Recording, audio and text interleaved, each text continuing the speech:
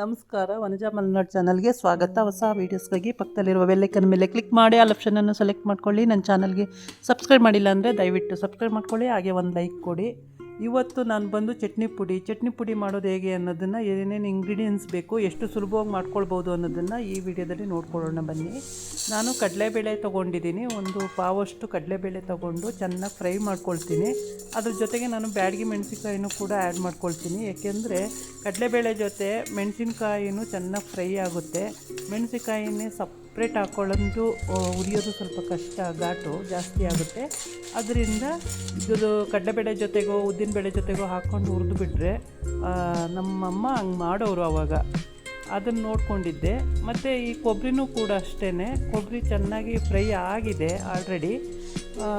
ಅದನ್ನು ಪೀಸಸ್ ಈ ಥರ ಮಾಡಿಕೊಂಡು ಸ್ವಲ್ಪ ಬೆಚ್ಚಗೆ ಮಾಡಿಕೊಂಡ್ರೆ ಸಾಕಾಗುತ್ತೆ.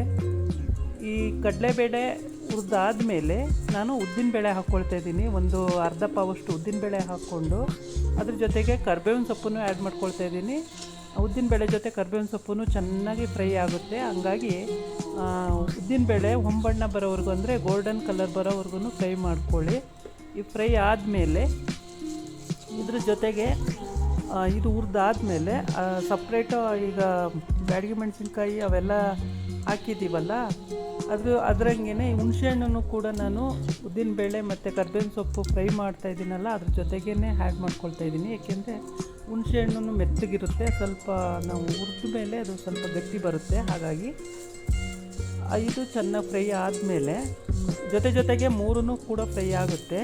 ಉಪ್ಪು ಟೇಸ್ಟಿಗೆ ಎಷ್ಟು ಬೇಕಾಗುತ್ತೆ ನೋಡಿಕೊಂಡು ಉಪ್ಪು ಹಾಕ್ಕೊಂಡು, ಉಪ್ಪನ್ನೇನು ಉರಿಯೋದು ಬೇಕಾಗಿಲ್ಲ, ಜೊತೆಗೆ ಹಾಕ್ಕೊಂಡು ಈ ಥರ ಮಿಕ್ಸ್ ಮಾಡ್ಕೊಳ್ಬೇಕು.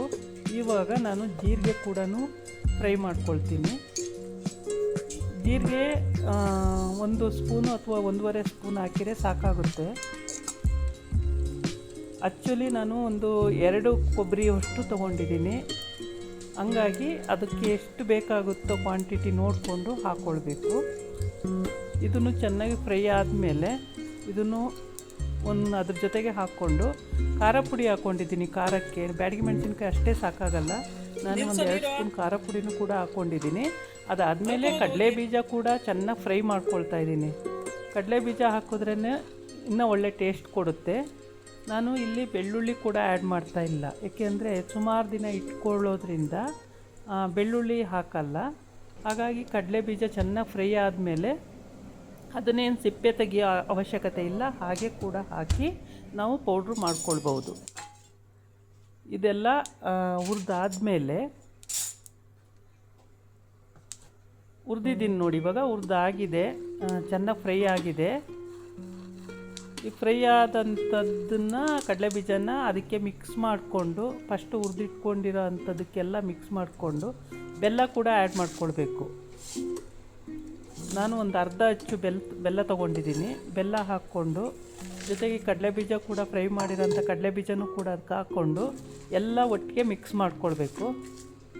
ಚೆನ್ನಾಗಿ ಅದು ಹೊಂದ್ಕೊಳ್ಳೋಂಗೆ. ಆಮೇಲೆ ಮಿಕ್ಸಿ ಜಾರ್ಗೆ ಹಾಕಿ ನಾವು ಮಿಕ್ಸಿ ಮಾಡಿದ್ರೆ ತರಿಯಾಗಿ ಮಿಕ್ಸಿ ಮಾಡಬೇಕು. ತುಂಬ ನುಣುಪಾಗಿ ಮಾಡಬಾರ್ದು, ಅಂದರೆ ಫೈನ್ ಪೌಡ್ರ್ ಮಾಡಬಾರ್ದು, ತರಿಯಾಗಿರಬೇಕು. ಚಟ್ನಿ ಪುಡಿ ಅಂದರೆ ತರಿಯಾಗಿರಬೇಕು. ಅನ್ನದ ಜೊತೆ ಆಗಲಿ ನಾವು ಮೊಸರು ಜೊತೆ ಆಗಲಿ ಕಲಸಿ ತಿನ್ನುವಾಗ ತುಂಬಾ ಚೆನ್ನಾಗಿರುತ್ತೆ. ಎಲ್ಲವುದನ್ನು ಕೂಡ ಈ ಥರ ಪುಡಿ ಮಾಡಿಕೊಂಡು ಒಂದು ಪಾತ್ರೆಗೆ ಹಾಕ್ಕೊಂಡು ಚೆನ್ನಾಗಿ ಮಿಕ್ಸ್ ಹೊಡಿಬೇಕು. ಒಟ್ಟಿಗೆ ಎಲ್ಲದನ್ನು ಸೇರಿಸಿ ಮಿಕ್ಸ್ ಹೊಡ್ಕೊಂಡು ನೀಟಾಗಿ ಎಲ್ಲ ಹೊಂದ್ಕೋಬೇಕು. ಆ ಥರ ಮಿಕ್ಸ್ ಹೊಡೆದ್ಬಿಟ್ಟು ನಾನು 3 ಸಲ ಹಾಕಿದ್ದೆ, 3 ಸಲಿನೂ ಕೂಡ ಪೌಡ್ರ್ ಆಗಿದೆ. ಇವಾಗ ನಾನು ಒಂದು ಕಂಟೈನರ್ ತಗೊಂಡು ಅದನ್ನು ಚೆನ್ನಾಗಿ ವಾಶ್ ಮಾಡಿ ಸ್ವಲ್ಪ ಬಿಸಿಲಲ್ಲಿ ಒಣಗಿಸ್ಕೊಂಡು ಆಮೇಲೆ ಈ ಪೌಡ್ರು ಮಿಕ್ಸ್ ಮಾಡಿ ಎಲ್ಲ ಉಪ್ಪು ಖಾರ ಎಲ್ಲ ಸರಿ ಇದೆಯಾ ನೋಡಿಕೊಂಡು ಇದನ್ನು ಕಂಟೈನರಲ್ಲಿ ಹಾಕಿಟ್ಕೊಂಡ್ರೆ ನೀವು 1 ತಿಂಗಳಲ್ಲ 6 ತಿಂಗಳಿಟ್ರೂ ಒಂದು ಚೂರು ಏನೂ ಆಗಲ್ಲ. ತುಂಬಾ ಫ್ರೆಶ್ ಆಗಿರುತ್ತೆ, ತುಂಬ ಚೆನ್ನಾಗಿರುತ್ತೆ. ನಮಗೆ ಸಾಂಬಾರಿಲ್ಲ ಆ ಥರ ಏನೂ ಪ್ರಾಬ್ಲಮ್ಮೇ ಆಗಲ್ಲ. ಚಟ್ನಿ ಪುಡಿ ಇತ್ತು ಅಂದರೆ ಬಿಸಿ ಅನ್ನದ ಜೊತೆಗೆ ಹಾಗೆ ತಿನ್ಬೋದು ಕಲಿಸ್ಕೊಂಡು. ಇಲ್ಲ ಅಂದರೆ ನೀವು ಮೊಸರು ಜೊತೆಗಾರು ಕೂಡ ದೋಸೆ, ಇಡ್ಲಿ, ರೊಟ್ಟಿ, ಚಪಾತಿ, ಪೂರಿ ಎಲ್ಲದನ್ನು ತಿನ್ಬೋದು. ತುಂಬಾ ಚೆನ್ನಾಗಿರುತ್ತೆ. ನಾನು ಈ ಥರ ಕಂಟೈನರ್ ತೊಗೊಂಡು ಅದಕ್ಕೆ ಇವಾಗ ಫುಲ್ಲು ಫಿಲ್ ಮಾಡ್ತೀನಿ. ಅದಕ್ಕೆ ಹಾಕ್ಬಿಟ್ಟು ಗಟ್ಟಿಯಾಗಿ ಮುಚ್ಚಳ ಹಾಕಿ ಇಟ್ಕೊಂಡ್ರೆ ನೀವು ಫ್ರಿಜ್ಜಲ್ಲಿ ಇಡಬೇಕು ಅಂತೇನಿಲ್ಲ, ಹೊರಗಡೆನೇ ಇಟ್ಟರೂ ಕೂಡ 1 ತಿಂಗಳಿಂದ 6 ತಿಂಗಳವರೆಗೂ ಈ ಚಟ್ನಿ ಪುಡಿನ ನೀವು ಸ್ಟೋರ್ ಮಾಡ್ಬೋದು. ಏನೂ ಪ್ರಾಬ್ಲಮ್ ಆಗೋಲ್ಲ, ಒಂಚೂರು ಹಾಳಾಗಲ್ಲ, ತುಂಬ ಚೆನ್ನಾಗಿರುತ್ತೆ. ಈ ಥರ ಹಾಕ್ಬಿಟ್ಟು ಒಂದು ಮುಚ್ಚಳನ ಗಟ್ಟಿ ಮುಚ್ಚಳ ಹಾಕಿಟ್ರೆ ನಿಮಗೆ ಯಾವಾಗ ಬೇಕೋ ಆವಾಗ ಯೂಸ್ ಮಾಡಿಕೊಂಡು ಪುನಃ ಈ ಥರ ಹಾಕಿಡಬೇಕು. ಇದಾಗಿತ್ತು ಇವತ್ತಿನ ವಿಡಿಯೋ. ನಾಳೆ ಇನ್ನೊಂದು ವಿಡಿಯೋ ಜೊತೆ ಬರ್ತೀನಿ. ನಮಸ್ಕಾರ.